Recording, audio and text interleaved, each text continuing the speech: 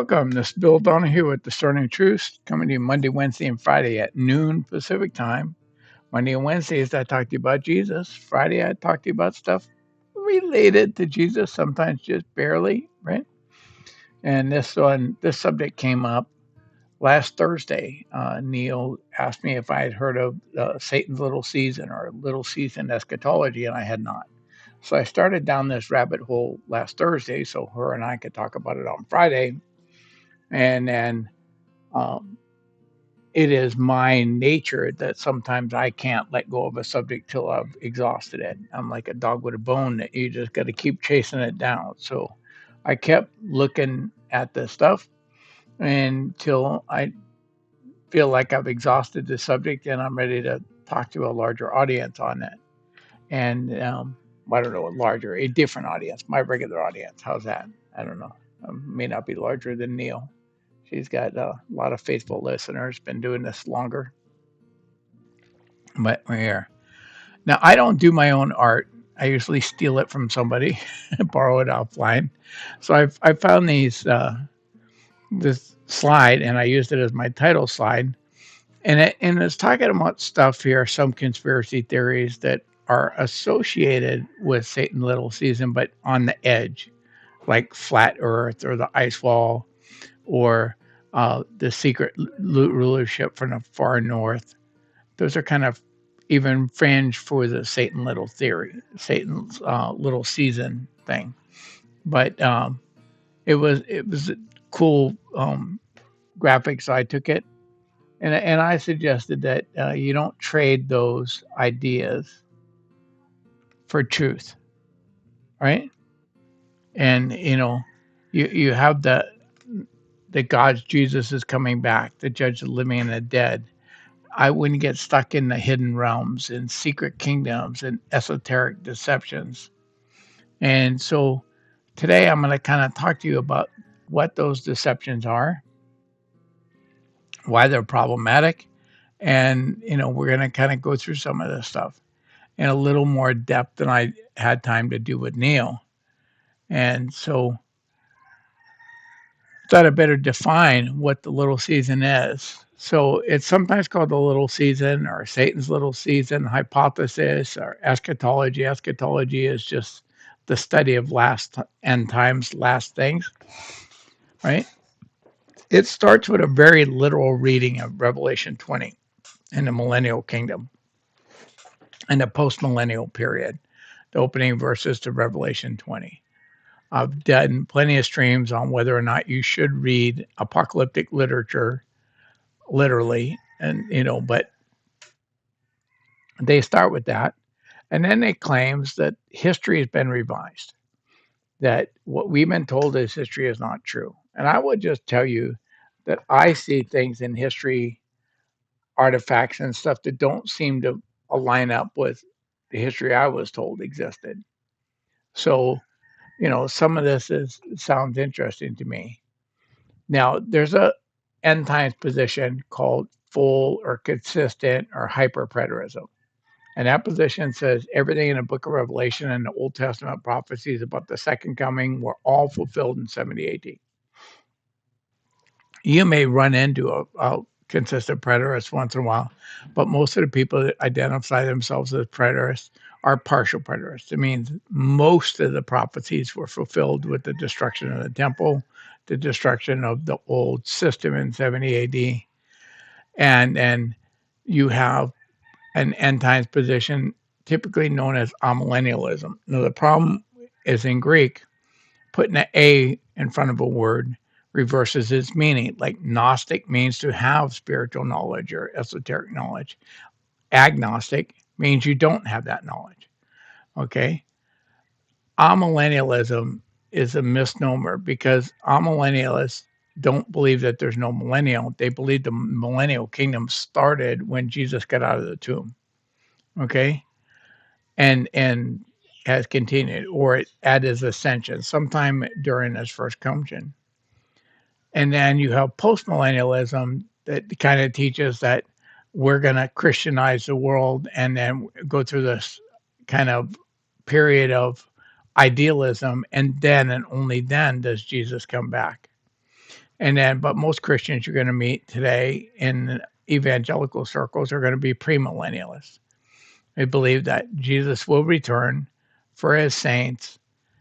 Some people think it's in a rapture before the tribulation. Other people see it at the end of the tribulation or the middle of the tribulation, but he's going to come back. Then he's going to have an earthly kingdom of about 1,000 years, right? And then there'll be a final battle with Satan. And ultimately, then you have the eternal life with Christ.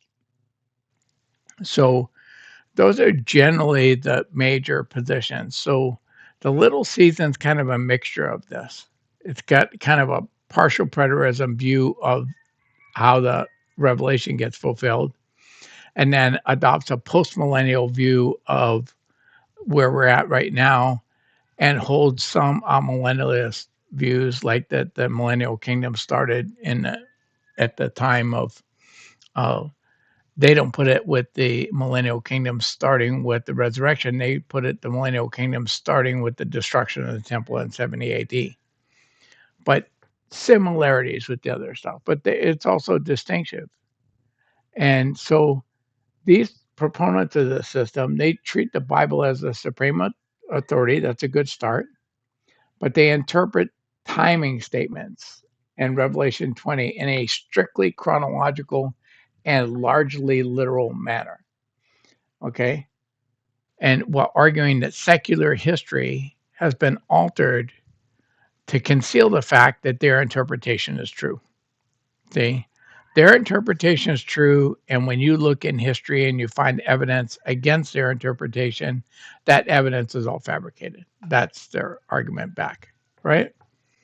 And then, but there's no evidence for this hypothesis that you will find in academic peer-reviewed journals or in the patristic writings, that's the writings of the early church fathers, or in any Reformation era confession, or any established historical theology in any major sect.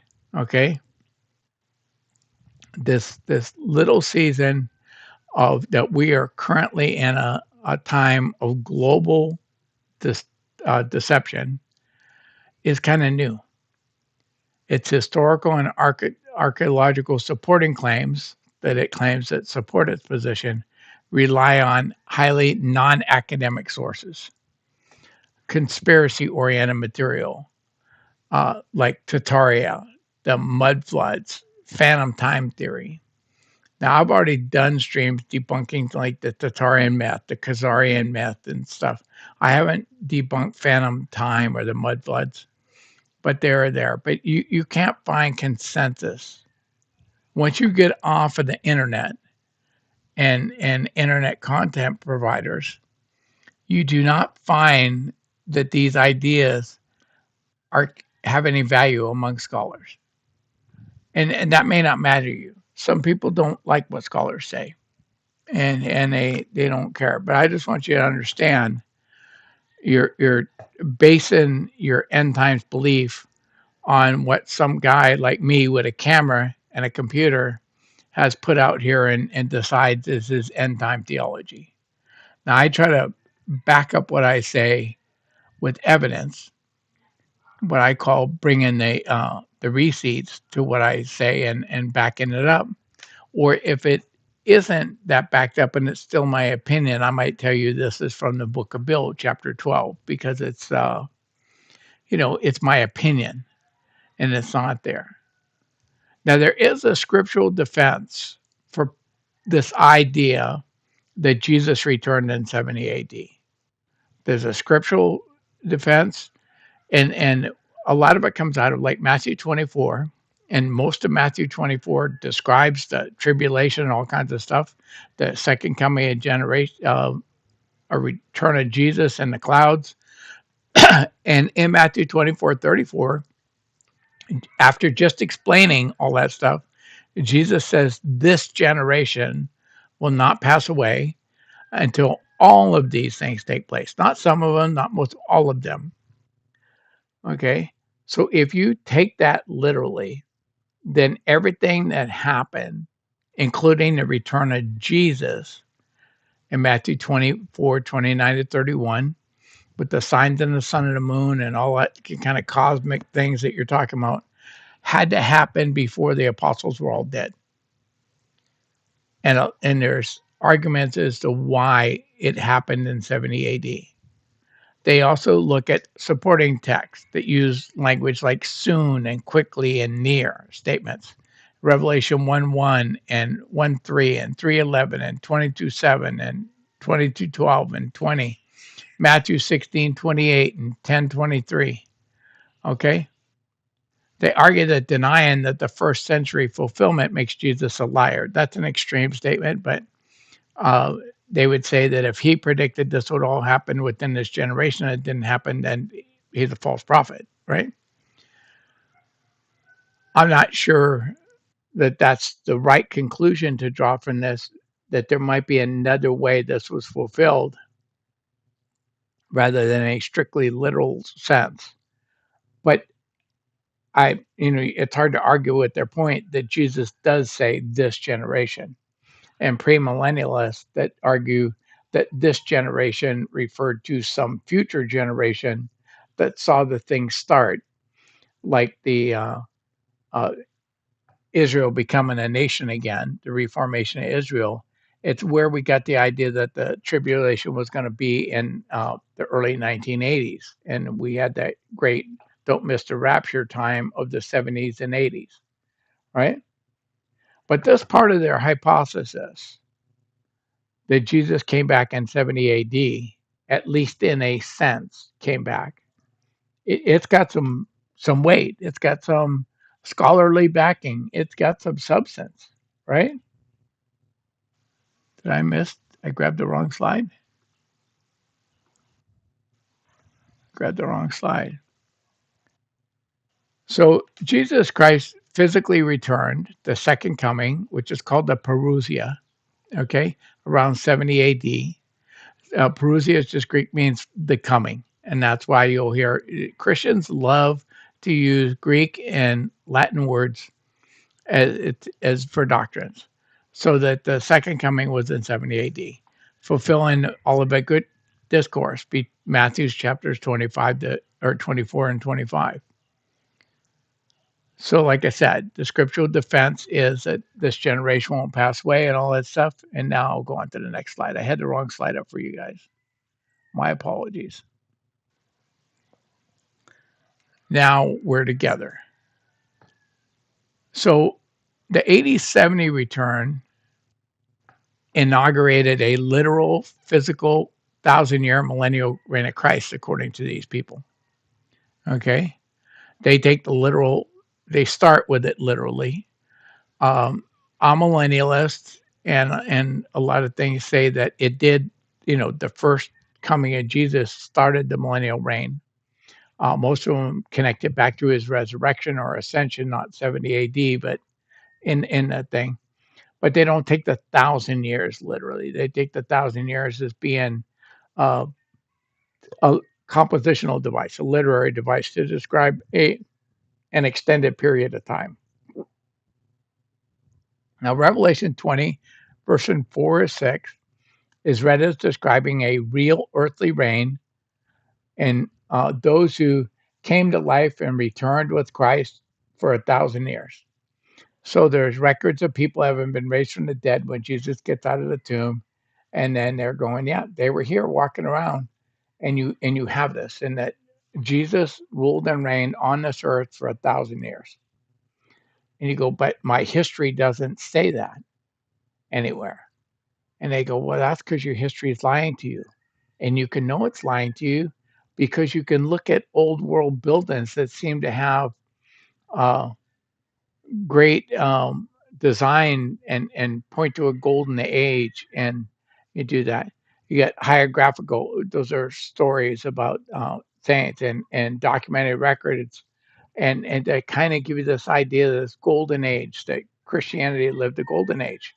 Your secular history doesn't record that, but they claim there's hints in the architecture and stuff. Okay, and if you understand that that golden age ended, then you understand why things like the mud floods happened and buried that architecture, a lot of it. And the idea that the millennial reign of Christ began at his resurrection or with his ascension in heaven, that's called amillennialism, which, like I said, would literally mean no millennium, but it's better understood as an inaugurated millennium, right? But they see the 1,000 years as symbolic. The little season takes it literally. At least they start off that way. So there's some agreement here with the little season and amillennialism, but they differ on when it ended. Amillennialism sees it ending when Jesus literally returns in the future. Okay, these guys have it ending when 1,000 years after 70 AD. Okay, so if you add 1,000 to 70, you get to 1,070. That's pretty easy.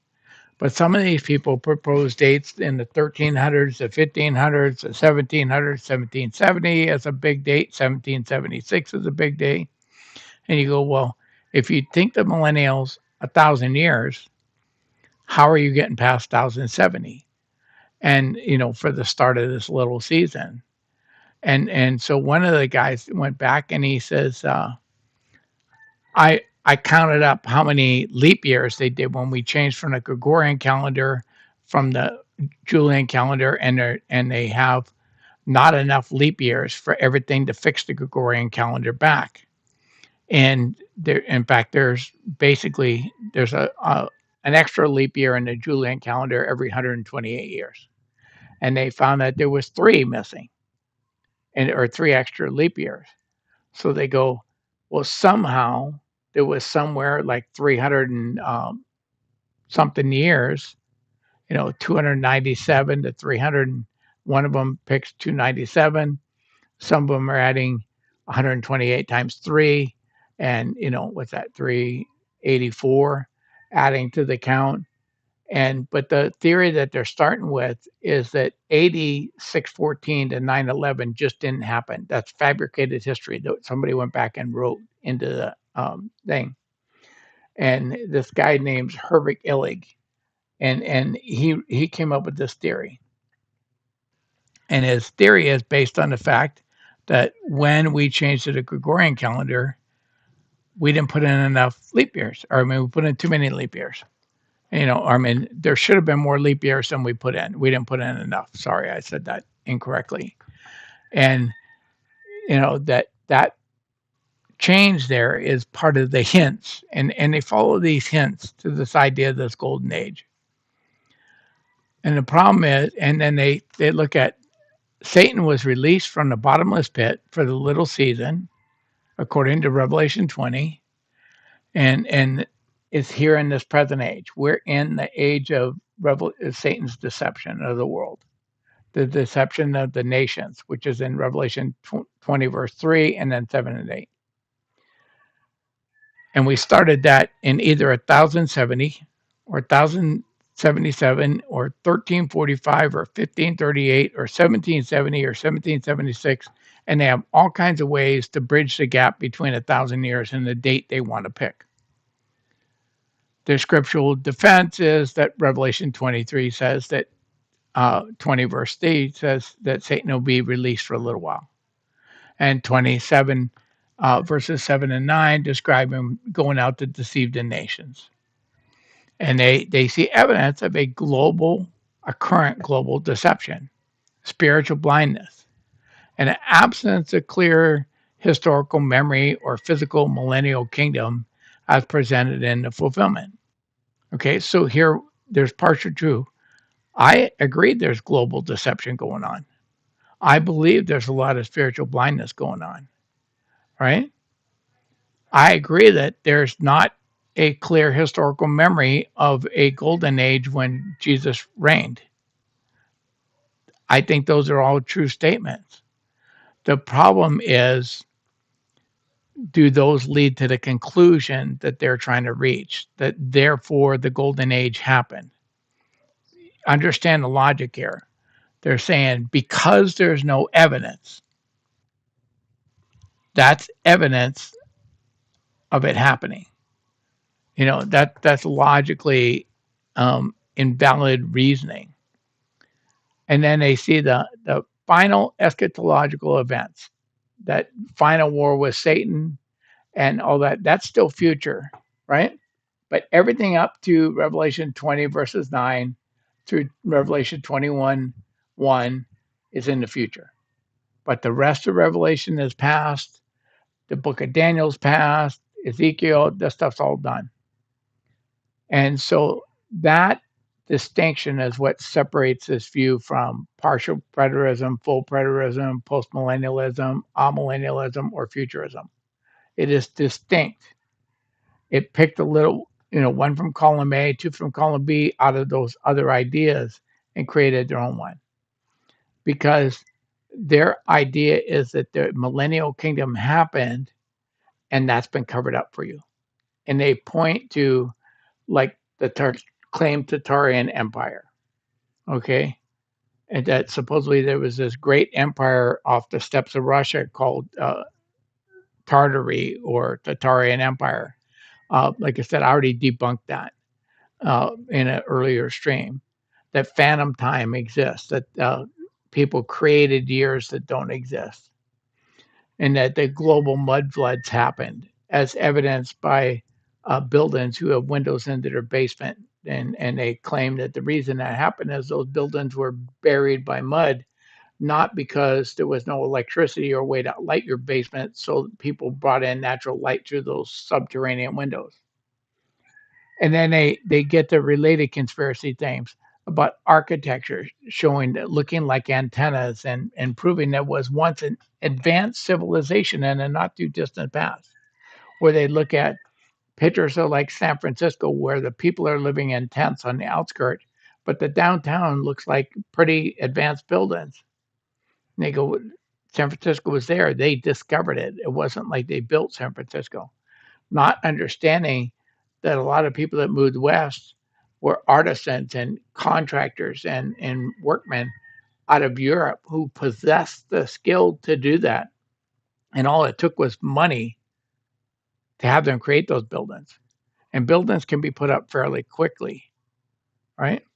So you can have a downtown San Francisco or a downtown whatever city you want to pick. They use a bunch of different cities and create that. And so this idea of the little season, if you've already bought into the Tatarian Empire and the Khazarian myth and phantom time and global floods, if you're consuming all that online content and you believe that to be true, and you think architecture shows that there was in the recent past an advanced civilization, this feeds right into this idea. You're starting out with the belief in these other conspiracy theories are true, and then you build upon them. And that's kind of the way this is a great, and I'm using conspiracy theory because I don't have another word to use. It's a great theory because it's not dependent on proof. In fact, it's the lack of proof that they claim makes it doesn't. So the idea that Jesus returned in AD 70, at least in some sense, right? It's got historical support. It's got some biblical support. You got people in a number of different positions that believe that Jesus at least returned in a sense, spiritually or whatever, to destroy the temple to fulfill his words in AD 70. Now, full preterism, that everything was completed and Jesus is not coming back again to judge the living and dead, it's all been one and done. That's put out by people like J. Stuart Russell in his book, The Perusa, Critical Inquiry in the New Testament Doctrine of the Lord's Second Coming.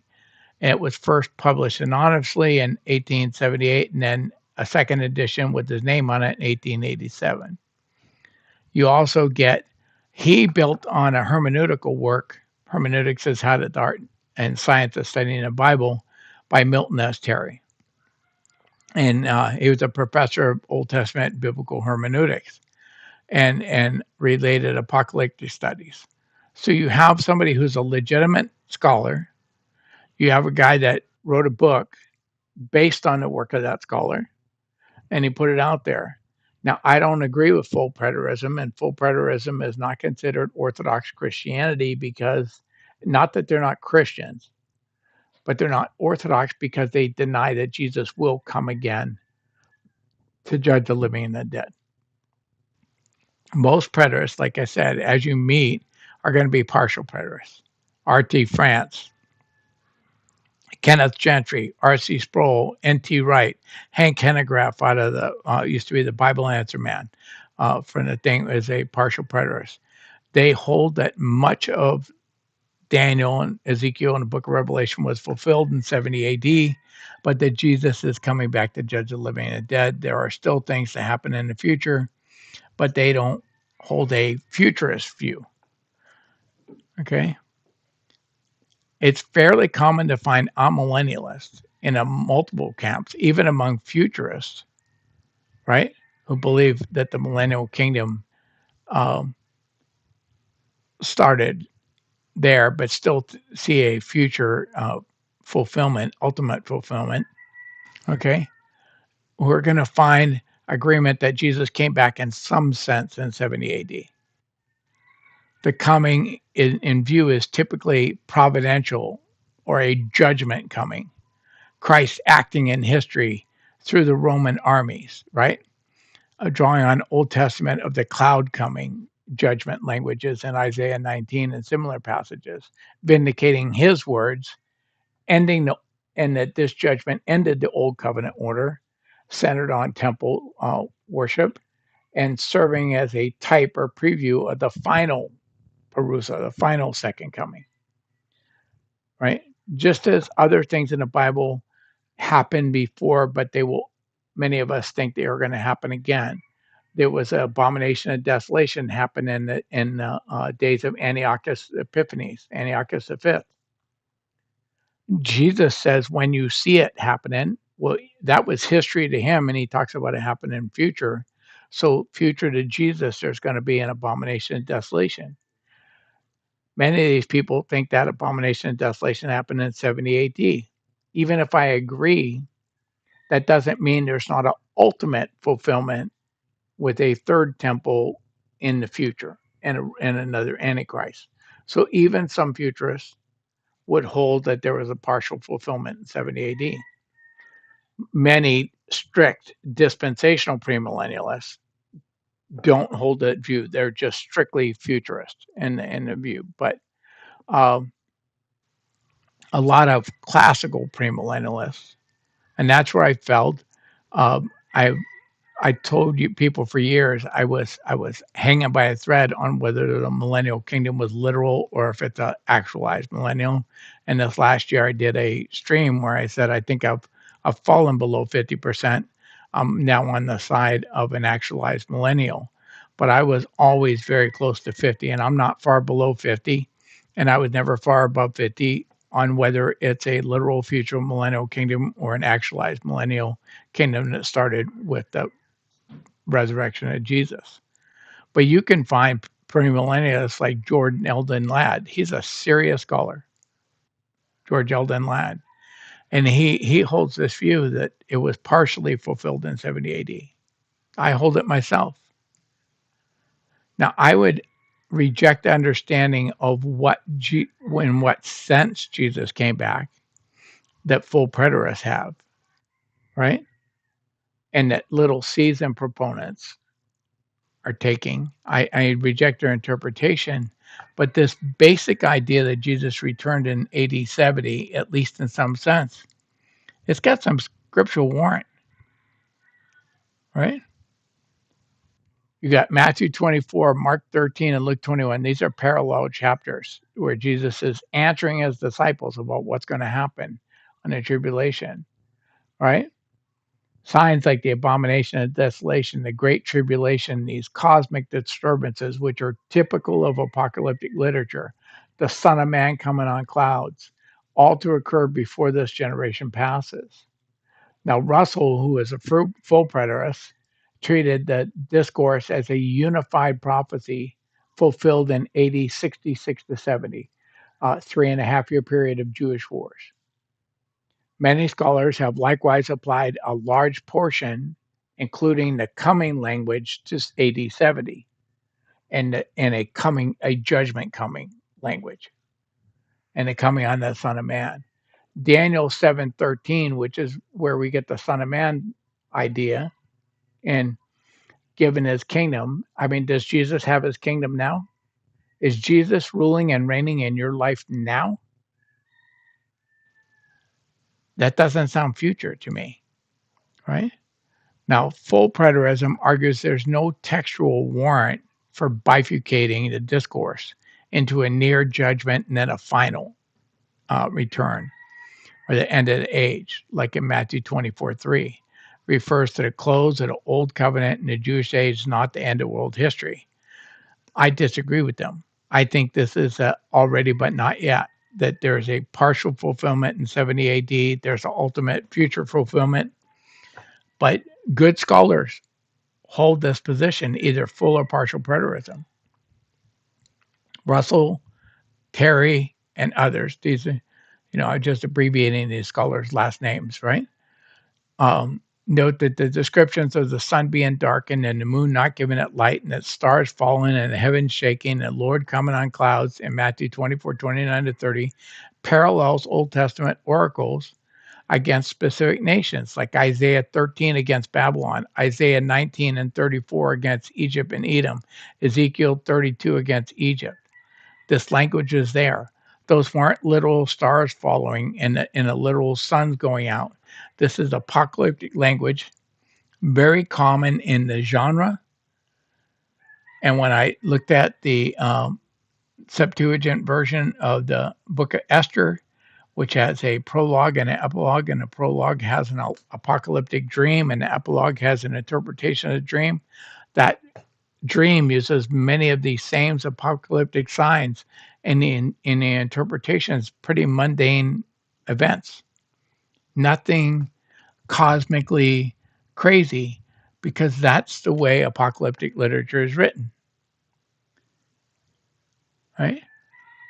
Now, in Josephus's Jewish War, it records portents, those are signs, famine, and internecine strife and the temple fall, that preterists correlate to the predicted signs of the tribulation. He also mentions reports of people claiming to have seen chariots in the clouds. Now, Josephus doesn't say it actually happened, but he records that people were saying it happened.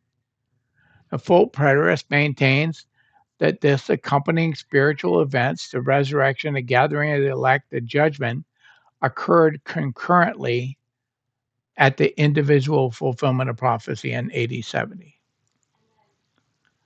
And now, if you die, you just go to heaven. You're going right to be with the Lord. Now, Russell surveyed every major Parousa text, every major text that talks about the second coming, and the gospel, Acts, and the epistles, and Revelation. And he concluded that none require a distant future horizon once the time statements and covenantal context, right? They're destroying the old Jewish system. The end of the age and the passing of heaven and earth are related imagery frequently referred to the obsolescence of the Mosaic system. You see it in Hebrews 8:13 and Hebrews 12:26 and 28. John Owen, who's a 17th century, is sometimes cited for reading the heavens and earth of 2 Peter 3 as a judicial church and a state dissolved in AD 70.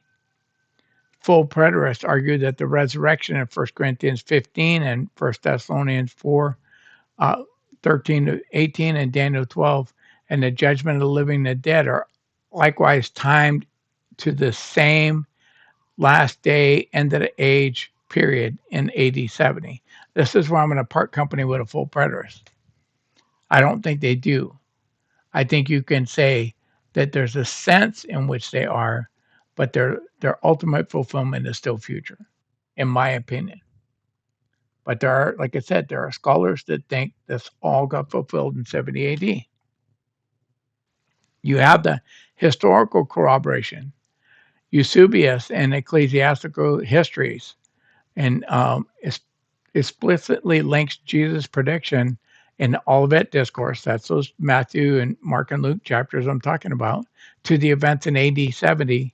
And he cites Josephus at length to show that all this stuff happened in AD 70. Now, what does Josephus actually say? Right? He says that people ignored the clear divine signs that told they were going to be here. Thus, there was a star resembling a sword, which stood over the city, and a comet that continued for a whole year. Before the rebellion, at the Feast of Unleavened Bread, the 8th day of the month of Nisan, at the 9th hour of the night, a great light shone round the altar in the holy house that it appeared to be bright like daytime, which lasted for half an hour. Unskilled took this as a good sign. Sacred scribes interpreted it as a portending of coming events, a sign of coming events. At the same festival, a heifer, as she was led by the high priest to be sacrificed, brought forth a lamb in the midst of the temple. This is a historian recording this. The eastern gate of the inner court of the temple, it's a massive brass gate that 20 men struggled to shut at night. Watchmen reported that it was difficult to close again, and the vulgar saw happiness, and the learned understood that the security of their holy house had been dissolved in its own accord, and that the gate was open to the advantage of their enemies. This is all a Jewish secular historian recording this.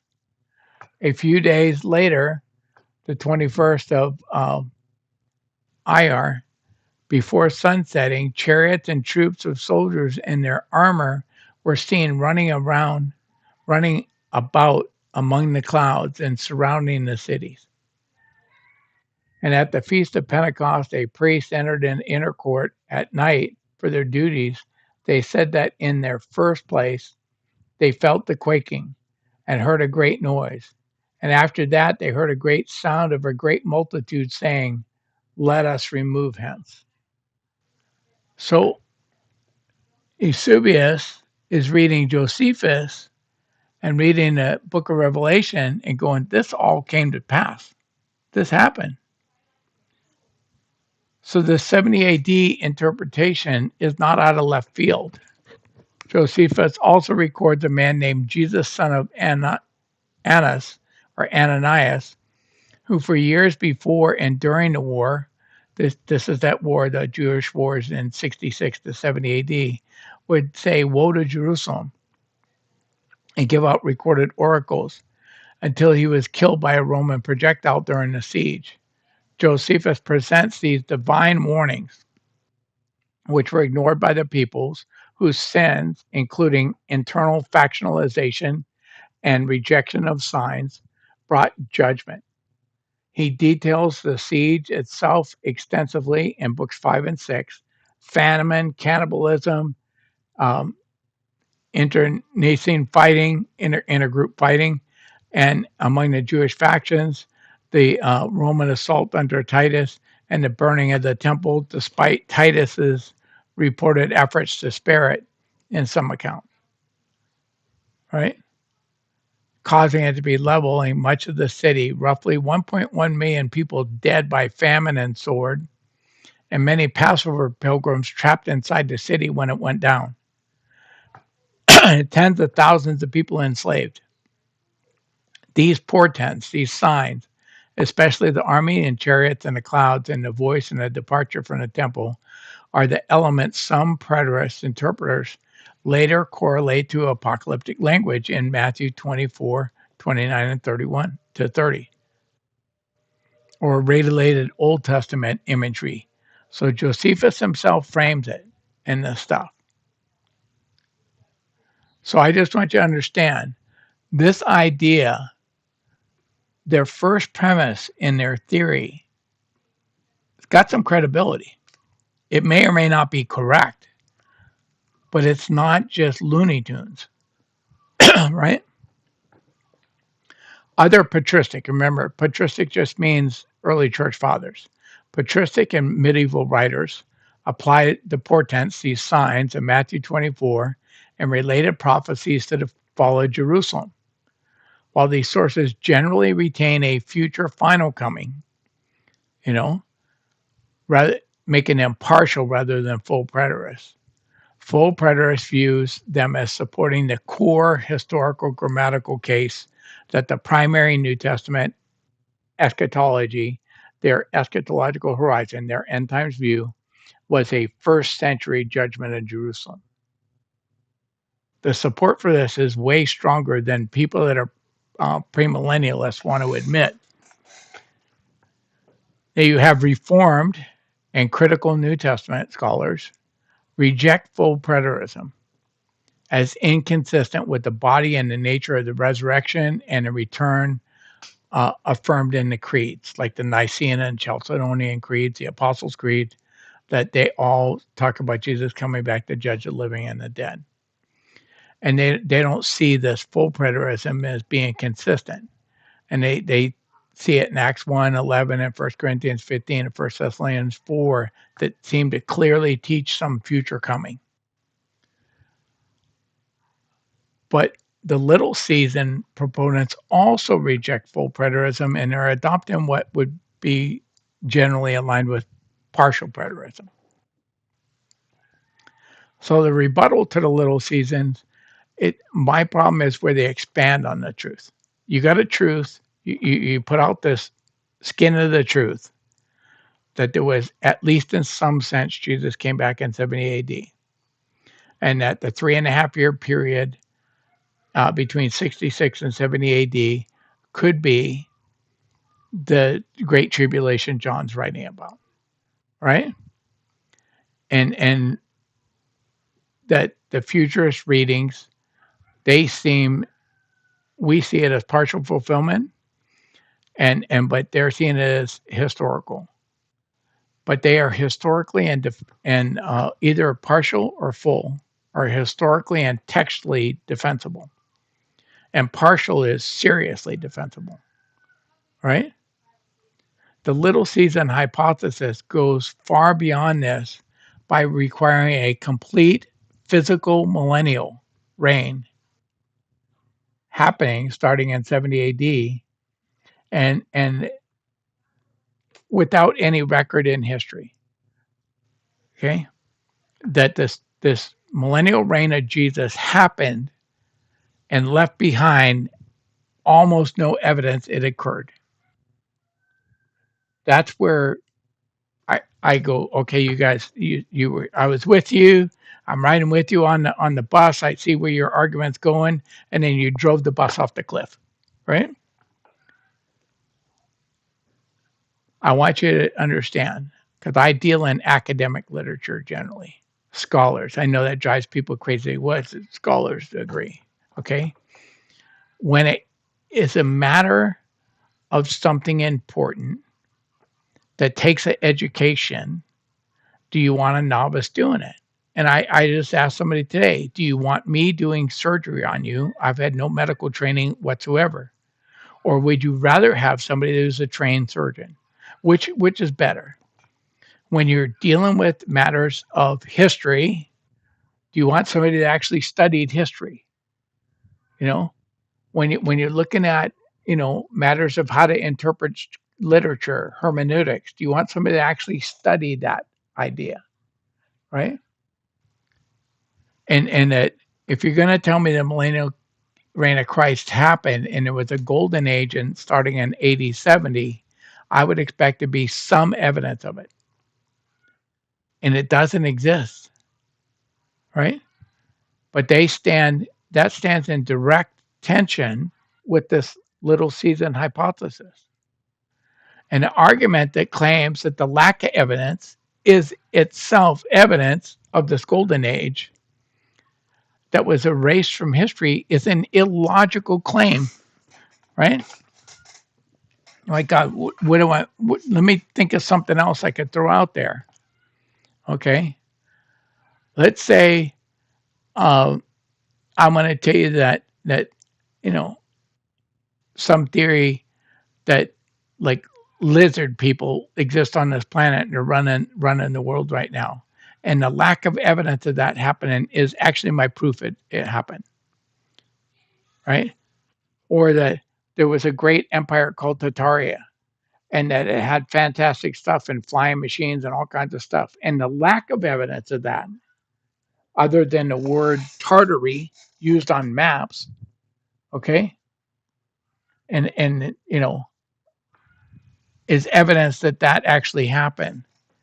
Nobody in their right mind would believe this, but there's a lot of people in the patriot community and the people that lost their faith in conventional sources who have opened up their minds with no critical thinking whatsoever to all these other theories and have swallowed them one after another. And this little season just built upon, well, if you believe that nonsense, I got a bigger bridge to sell you, right? If the millennial kingdom started in 80, 70, and 1,000 year millennial kingdom is literally 1,000 years, you can only get to it at 1070, right? Now they come up with 1079 because they said there's 9 years in there, but let's just go 1070. It's simple arithmetic. So they got Revelation 20 verses 3 and 7 starting in 1070 in the 11th century. The problem is this phantom time hypothesis by Herbert Illig that only proposes a 297 years of missing time, you know, can get you there, maybe get you into the 1300s, right? If you mess with his time, his theory a little bit, you might be able to get in the 1300s, but you can't get much beyond that. But they do because they need it to go beyond that. Now, what's Illig's argument? His argument is that Julian calendar was formed in 45 BC. The rules covering Julian calendar cause it to add one extra leap year every 128 years. So the Julian calendar goes one day off of the solar mean year every 128 years. And it correct the accumulated drift on the Julian calendar, right? When they created a Gregorian calendar, 10 days were skipped. Okay. And on the Julian calendar, we went from Thursday, the 4th of October, 1582, to Friday, the 15th of October, 1582 on a Gregorian. 10 days just got in there. Well, Illy goes back there and he goes, well, if I go back to 45 BC and I count the years up to 1500s and I do that, there should have been 13 days, right? But there isn't 13 days. And the reason there isn't 13 days is there wasn't really that many years. So there must have been like roughly 300 years of history that didn't exist. The problem is because Illig is not a theologian and doesn't know what he's talking about and didn't go read what was going on in this stuff, the Pope Gregory, when he was correcting the calendar, was not correcting back to 45 BC. He corrected it back to the Council of Nicaea in 325 AD, roughly 367 years later. Why was he correcting it? Because they cared about when Passover and Easter would fall. And the Julian calendar was putting them out of alignment with that, right? So that's his understanding. His misunderstanding is he thought they were correcting the whole Julian calendar when the purpose of the Gregorian calendar was to put this time back in to realign the Gregorian calendar with when Passover happened in 325 AD. And that took 10 days, right? So the interval of 325 to 1586 is 1257 years. If I divide that by 128 years, I get 9.8 days. They added 10 days. They rounded it, right? This is crazy.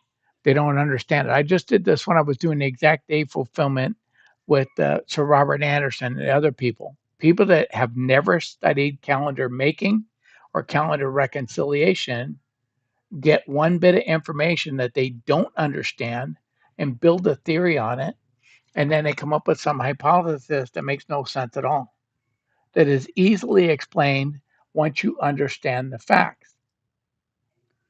So their phantom time theory doesn't add. If the claim is that the correction made by the Gregorian calendar was correcting the drift from the mean solar year since the creation of the Julian calendar in 80 and 45 BC, then the correction of 10 days would still have left 2.7 days uncorrected, right? This is where you're getting in that 297 years of phantom time. The claims about the calendar revision, they're not supported by primary historical evidence. They're not supported by astronomical data, dendrochronological, that's the study of tree rings, archaeological records, accepted by mainstream historiography. They remain internal to the little season framework. This theory only exists among us, the conspiracy theorists, who believe a bunch of other nonsense and they just add this nonsense into their bag of nonsense that they're willing to accept. This drives me crazy because we here in this community question everything. That's a great idea. Question it. Don't trust it. Look for the facts. The problem is if you look for the facts with this little season theory and this phantom time, you're going to find out the facts don't support the idea. And then you're going to find out they can't deal with 1070, so they moved to 1536 or 1770 or 1776, and they just falsified. They just add the phantom time. We have a reason for our phantom time. It's an incorrect reason, but we have a reason for phantom time for the 300 years.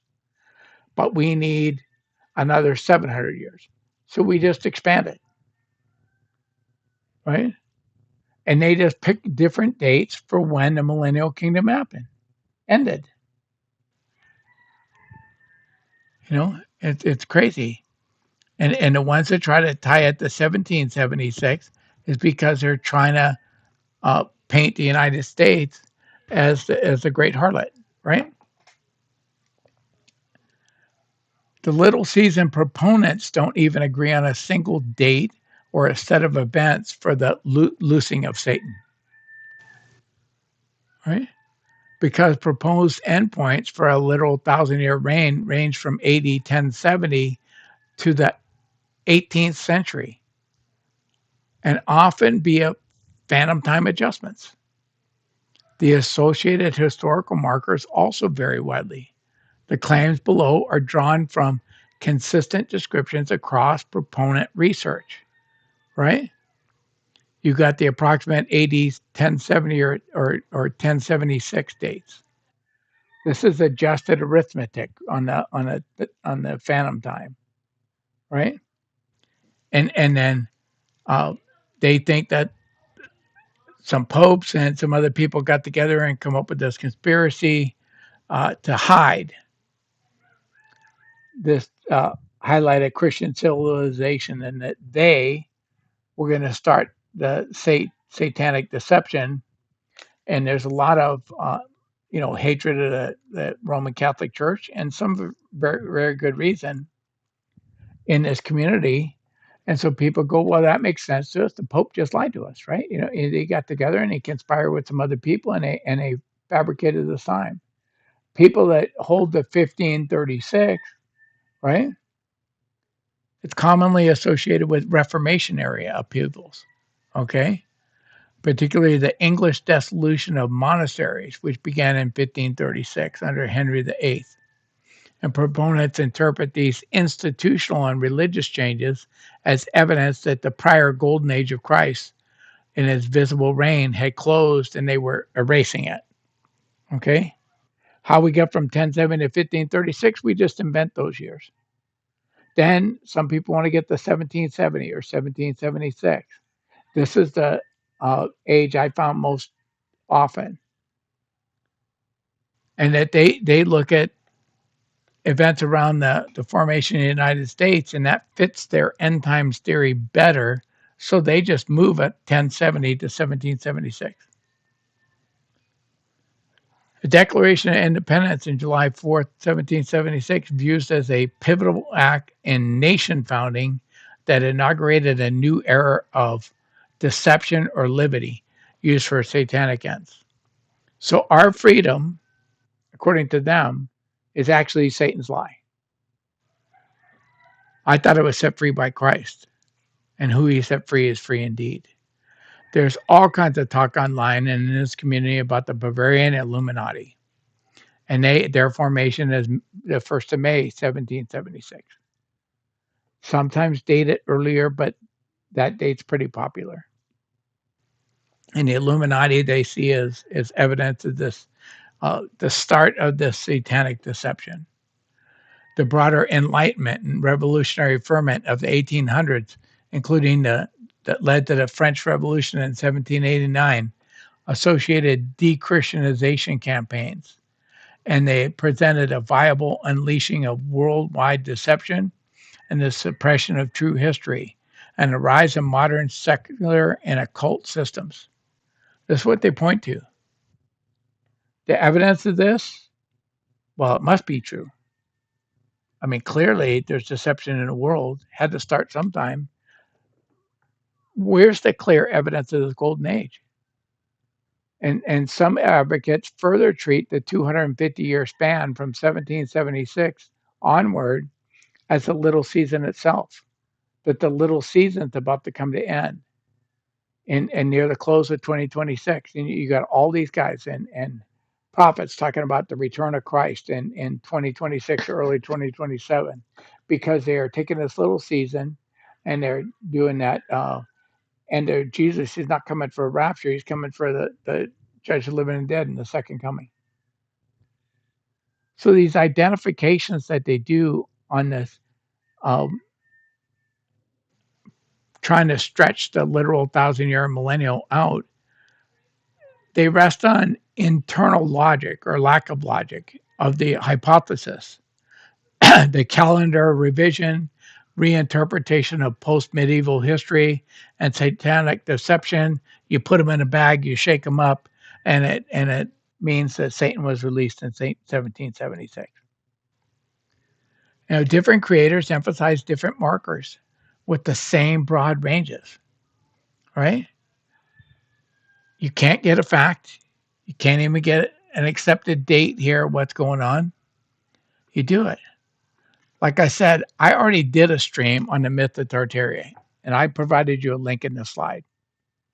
You can go back and listen to the replay and decide if I did a good job showing you that Tartaria, this whole Tartarian empire that you have content provider after content provider talking about is based on a misunderstanding of what map labeling is. It's nonsense. Revelation 27-9 states that when 1,000 years are ended, Satan will be released from his prison and come out to deceive the nations at the four corners of the earth, Gog and Magog, to gather them for battle. Their number is like the sand of the sea. They march up over the broad earth and the surrounding the camp of the saints and a beloved city, but fire comes down from heaven and consumes them. The text depicts a short period of intense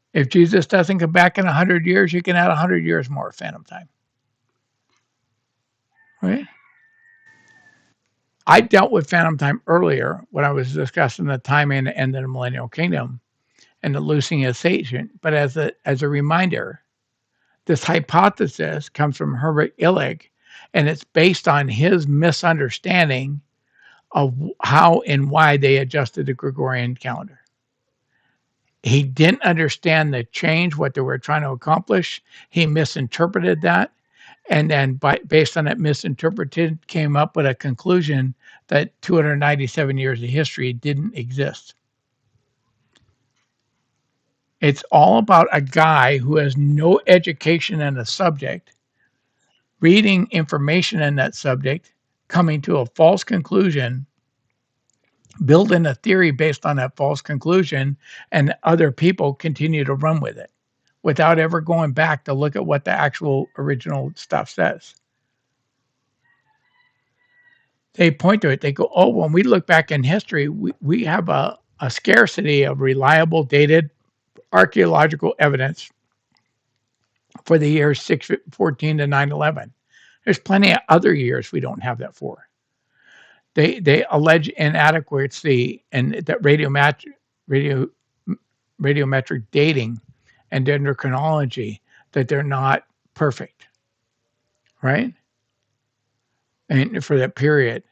And they have over reliance on historians for written sources. They say, "Oh, we're too reliant on the historians for what happened, and we can't trust the science in radiometric dating, radiocarbon dating, or dendrochronology. That they all involve assumptions, and so they could be off." The presence of Romanesque architecture in the 10th century Western Europe, suggesting the Roman era was more recent than conventionally believed. That's their argument. The calendar discrepancy when the Gregorian calendar comes out, right? Skip 10 days because they weren't correcting to 45 BC, right? They point to this stuff and they go, there's our evidence. You want evidence? There's our evidence. That's not evidence. That's misinterpretation of data, right? The hypothesis has no support from mainstream historians or archaeologists, and it's contradicted by extensive evidence, including archaeological remains, artifacts, scientific dating methods, you know, that confirm continuous activity through the period, astronomical records, right?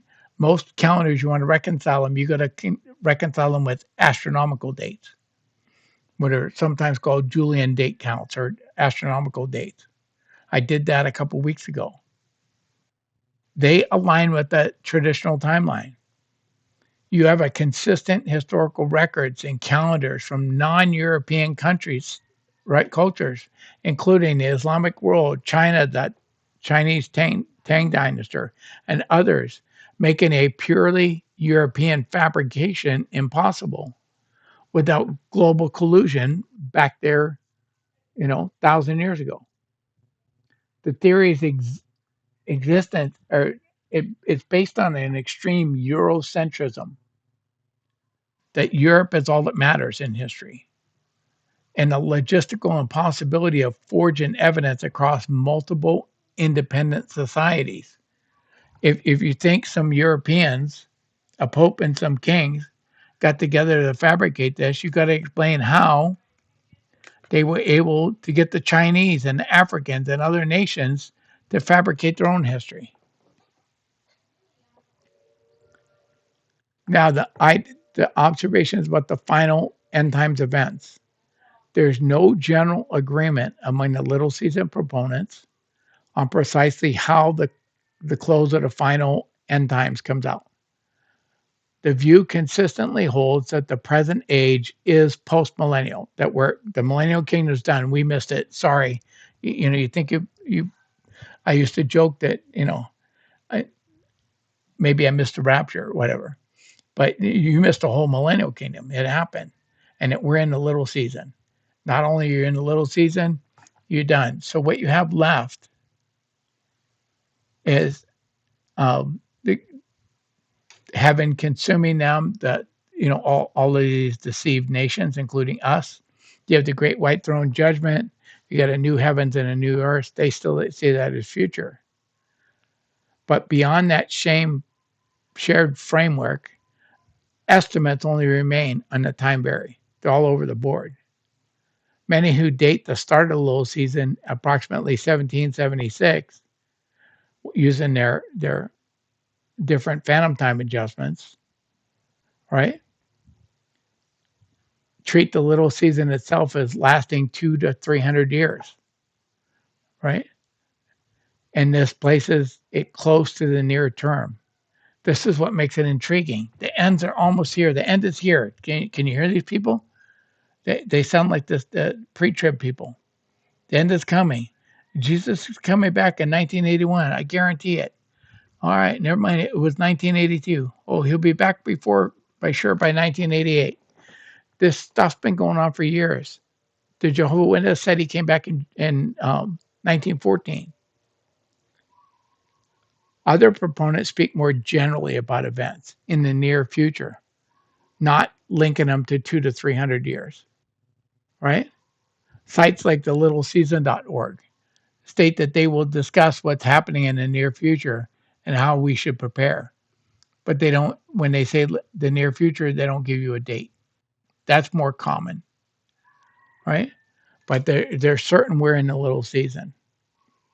There's a minority that leave the length of the little season deliberately open-ended. That little season can last as long as it takes. Little season could be another 1,000 years. The variation arises from the same flexibility that produces the differing start dates. They have a math that's as flexible as rubber to get to their start date, so they can have it flexible as rubber for the length of the little season. And critical summaries of the movement regularly note this lack of consensus and duration as a structural feature of the theory. It's not that we have a theory and we're not certain about some of the details. It looks like it's part of the structure of the theory to keep the details so fluid that you can never be proven wrong. This reminds me of earlier things that predicted the end of the world. The practice of adjusting timelines. I mean, how many second comings of Jesus that the Jehovah's Witness had already? What, 12? Right? You got recalculating intervals, reinterpreting historical data so that the end appears imminent always. Right? It's always around the corner. It's always almost here. You got medieval and Reformation era calculations that repeatedly reset the expectation close. When they had the close in 1070, they had the end of the world within a couple hundred years. When they moved the close of the season to the 1500s, it had to close by the time the United States was a country. You move it to the start of the United States, then you're almost at the end again. When we get to that 250, 300 years after the fact, they'll just move it again. More phantom time. You can't exhaust phantom time because you're making it up out of whole cloth. You had a Millerite movement in the 1800s with revised dates multiple times, culminating in the Great Disappointment in 1844. These people sold everything they had and were waiting for the coming of Jesus. He never came. It's a great disappointment. Numerous 19th and 20th century date-setting efforts that have compressed, expanded prophetic intervals to meet their climax just ahead. It's almost there. Rapture's coming in a couple years. Jesus is returning within a year or two. Can't be longer than that. This stuff's been going on for hundreds of years. I would say at least since about 1000 AD. I would imagine it was a big deal in the first century too. But rapture mania got really big about 1000 AD. You got primary and historical studies of Christian apocalypticism, that's end times, the thing, record a phenomenon repeatedly. They're the same. It's not just in this present movement. Because of the hypothesis, it already treats large stretches of recorded history as satanically altered, any future non-occurrence of the expected climax can, in principle, be absorbed by future adjustments rather than falsifying a core claim. Like I said, you have an unlimited supply of phantom time to produce. That elasticity is precisely what has allowed similar expectations to persist across earlier centuries, despite repeated non-fulfillment. Right? I told you about the guy that wrote a book, 88 Reasons Why Jesus Was Coming Back in 1988. And then he wanted to release the second book in 1989, 89 Reasons Why Jesus is Coming Back, and the publisher made him rename it. But it's basically that's the argument made. I messed up on my 1988 calculation. I'm gonna sell you a new book that says 1989 instead. 1988, 1989, both came and went. He's wrong on both of them. All these guys that have been predicting the second coming of Jesus and that they know the date when the Bible says no one knows the date, right? They've all been wrong. We've seen the same thing with people that predict the rapture, who believe the rapture, right? They were making claims they did it. You know, I went to Calvary Chapel for over 20 years. I have a lot of respect for Chuck Smith. A lot of respect. I was really disappointed when he put together his book with Mark Eastman and then predicted that the rapture was going to happen by 1981. He set a date, knowing he shouldn't, and he did it. Does that make Chuck a bad person? No, but he was definitely wrong, right? You ought to pay attention to the Bible when it says nobody knows. It's a pattern I've noticed among people in this community, right? Many of us have rightly come to recognize that certain major institutions and information sources, what we might call group one, politics, the church, whatever, that they have misled people on a range of important subjects, right? I don't disagree. Group one's lied to us repeatedly. That discovery is valuable, and it wakes people up and forces them to look elsewhere. I'm 100% with people that get there.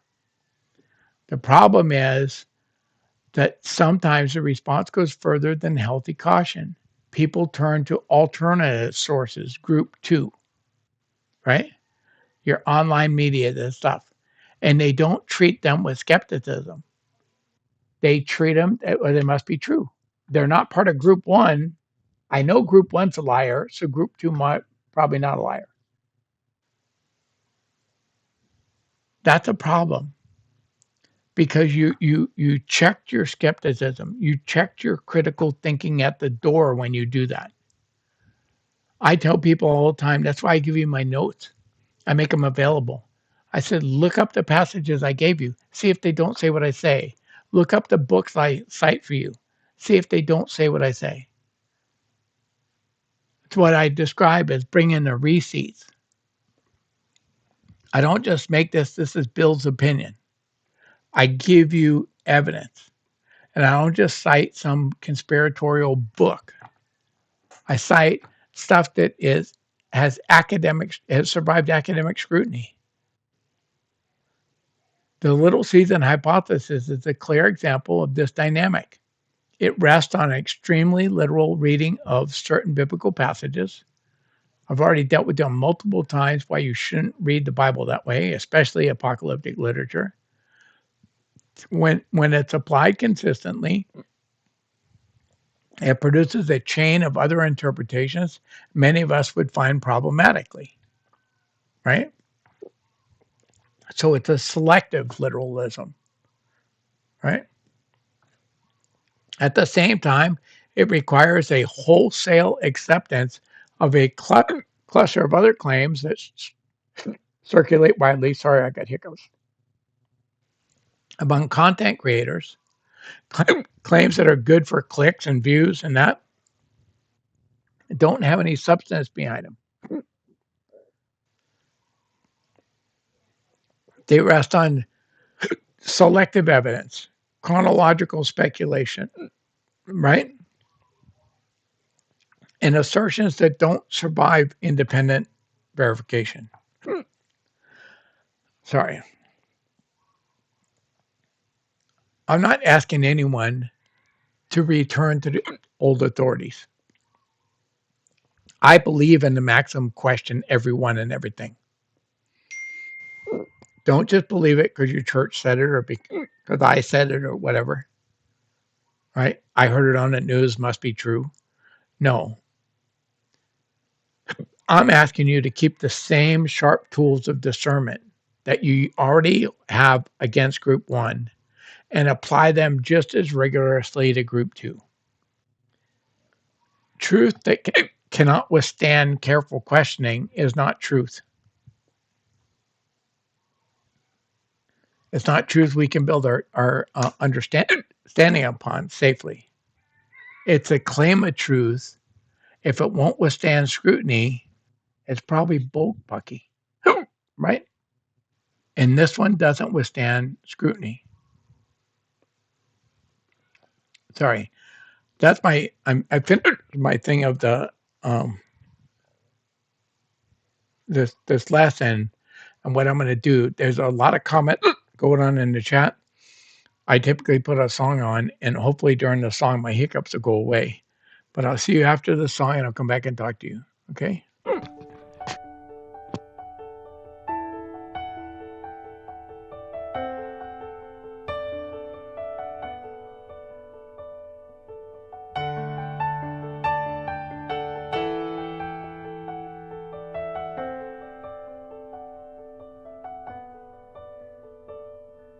Behold, bless ye the Lord, all ye servants of the Lord Most High,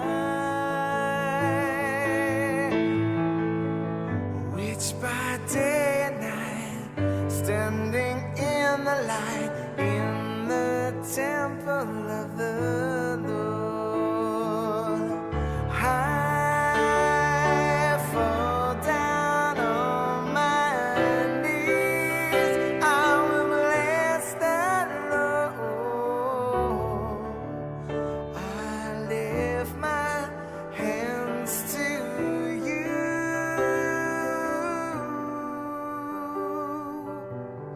You will never leave. You are always standing by my side. Yeah. When men cast their eyes and when troubles rise, you are always there. I fall down on my knees. I will bless the Lord. I lift my hands to you.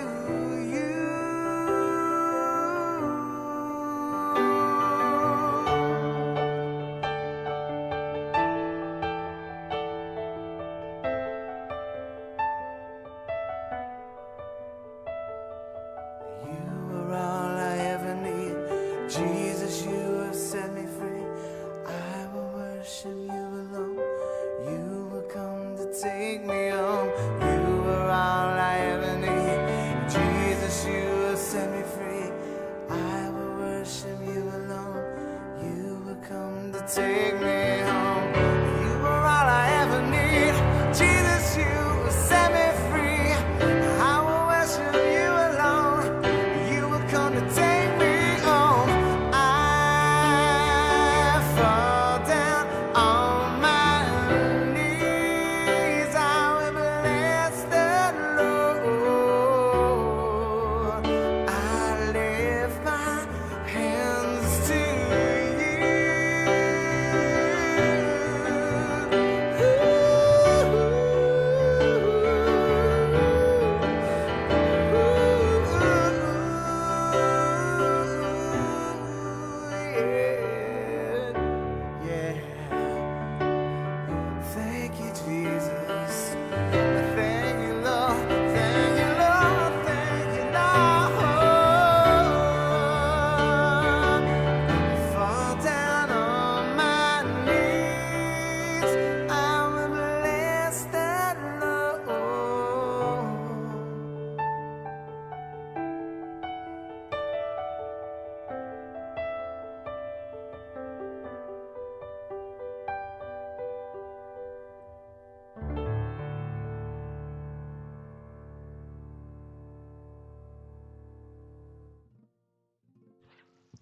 Okay, love that song by Michael, and I feel like I made it finally on the map. Got a troll on YouTube that rarely pick them up, but yeah, I seen the discussion about the Eastern Gate, and I don't have time to get into that today, but that's another interesting subject. May take that subject up in some future Friday, but it's a very cool subject. Is what's with this East? What's with the cosmological thing where evil's in the north and stuff, right?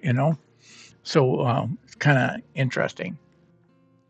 And but I thank everybody for listening. And if you just your first time here and you found that this wasn't horrible, that maybe the content was something worth listening to for you, then I broadcast Monday, Wednesday, and Friday, noon Pacific time. I started out as Donnie Pop on about 5 platforms.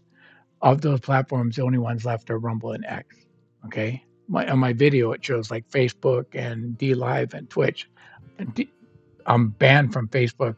D Live's gone, and I stopped broadcasting at Twitch after like 3 years. I had one viewer. I just gave up on them. And so you'll find me as Donahue Pop on X or Rumble. And then when I went to Pilled, the Foxhole, little comfy bunker over there, I messed up the Donahue Papa account, so we had to make a new account with Bill Donahue. And then when I finally broke down and went to YouTube, something I said I would never do, I couldn't get Donahue Papa, Bill Donahue, Discerning Truths, anything. After about 10 tries, YouTube picked Discerning Truths 534 for me. So rolls right off your tongue, but that's it. That's where I'm at. Like I said, I was on with Neyyo this morning. We always have a good conversation. I could talk to Neil for hours, which is, if you know me personally, I am not a social person. So the fact that she's so comfortable for me to talk to is amazing. But we always talk about stuff theological and whatever's on her mind, you know. And so we're just, she's on 10:15 Central Time, Monday to Friday. Somebody I would suggest people listen to. And then I always promote my good friend, Michael Beatty, California. I don't know that he needs any promotion, as Adrian's dwarfs mine by an order of magnitude or several magnitude. But he's teaching 5:30 a.m. Pacific time. I was in his chat this morning because I had to get up and get on the phone with somebody in Florida at early in the morning. But normally I'm in Hawaii, and Michael's on at 2:30 in the morning for me, so you don't see me in his chat. But I was there today, and that's why. And then on Wednesdays, he prays for the nation. And on Sunday, his wife, Linda, joins him and they're going through the Psalms. Saturday is pre recorded, it's just the proverb of the day. But 7 days a week, he's teaching the Bible and then doing memes, destroying presidential campaigns for usurpers and other political people that are trying to undermine the president. So he's a busy guy. And then, like I said, if you want my notes, I will create a PDF when I get off the air. I'll upload them to Discerning Truth Groups on Telegram. You can download them for free. Look up all your passages. If you want to listen to the stream again, I created a channel underneath Donahue Papa. There's a channel called Start Here, New Testament books, Old Testament books. I got one called Freaky Friday, and that's where this stuff. Michael hates that name, but I just came up. I need a channel for stuff that doesn't fit anywhere else. And then I have a playlist by the same name on YouTube, so you'll be able to find it in the Freaky Friday folder or playlist, YouTube or Rumble.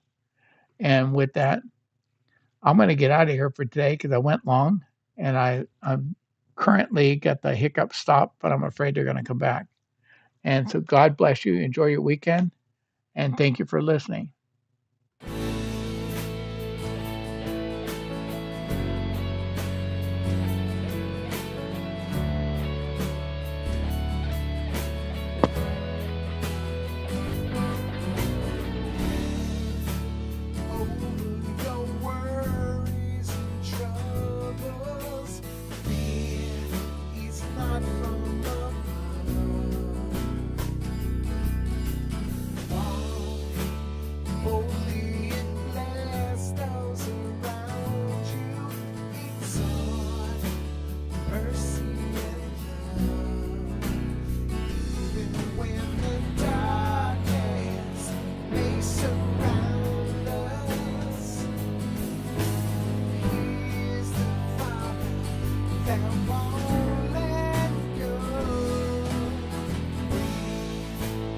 walk through the fire, His name lifted higher.